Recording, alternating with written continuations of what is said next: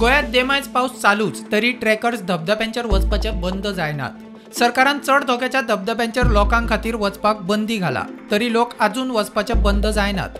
70 पाली धबधब्याचेर गेल्ले 150 ट्रेकर्स शिरकले, सगळ्यांक रेस्क्यू केले। मजगती सरकारान देमायज पावसाक लागून गोयच्या सगळ्या धबधब्यांचेर वचपाक बंदी घाला। सुरक्षेच्या नजरेन बंदी घालपाचो खंय निर्णय। मंत्री विश्वजीत राणेची माहिती। पावस कमी जाय मेरेन खंय बंदी उरतली।